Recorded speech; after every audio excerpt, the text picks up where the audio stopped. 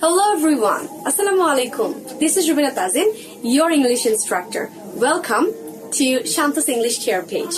Today we will talk about two new words which create some confusion in our speaking. When we try to speak in English, these two words create some confusion. Either we can use it in our sentence or not. আমরা কি এটাকে আমাদের সেন্টেন্সে ব্যবহার করতে পারবো নাকি পারবো না? চলুন আজকে এই ভিডিওটি থেকে আমরা জেনে নিব যে এই দুটো ওয়ার্ড নিয়ে আমাদের কি কনফিউশন হয় এবং এই কনফিউশনটা আমরা কিভাবে ক্লিয়ার করতে পারি। So the word is accept and accept. So আমরা দুটো যদিও আবার শুনতে একই শোনাচ্ছে, দুটোর মধ্যে কিন্তু স্পেলিং এবং অর্থের অনেক অমিল রয়েছে। ঠিক আছে, আমরা যদি বলি accept, যেটার আমরা স্পেলিং বলতে পারি ACCEPT, accept, এই যে এটার অ্যাকসেন্ট হবে যখন এটাকে আমরা উচ্চারণ করব, এটার অ্যাকসেন্ট হবে accept, accept।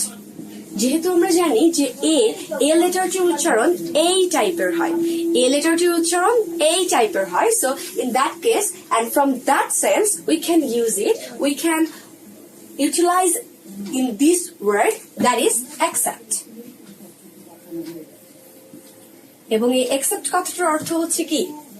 কোনো কিছু স্বীকার করে নেওয়া, রাইট? স্বীকার করে নেওয়া। In another sense, আমরা যদি বলি, আচ্ছা আমরা তো বললাম দুটো ওয়ার্ডের মধ্যে কনফিউশন, তার মানে accept and accept, সো এখানে accept কথাটা দিয়ে আমরা জানলাম স্বীকার করে নেওয়া। What is the another word? The another word is accept. The another word is accept. এখানে আমাদের স্পেলিংটা হচ্ছে EXCEPT। আমি আবারও বলছি EXCEPT। আমাদের এই যে দুটো ওয়ার্ড যার মধ্যে আমাদের কনফিউশন হয়ে থাকে, একটি হচ্ছে আমাদের accept এবং একটি হচ্ছে আমাদের accept। এটার উচ্চারণ হবে আমাদের accept, যেটার অর্থ হচ্ছে ব্যতীত বা ছাড়া, ব্যতীত বা ছাড়া। সো আমরা যদি আবারও একটু রিভাইজ দিয়ে নেই, then we can say accept, যেটার স্পেলিং হলো ACCEPT, accept, যেটার অর্থ হচ্ছে স্বীকার করে নেওয়া।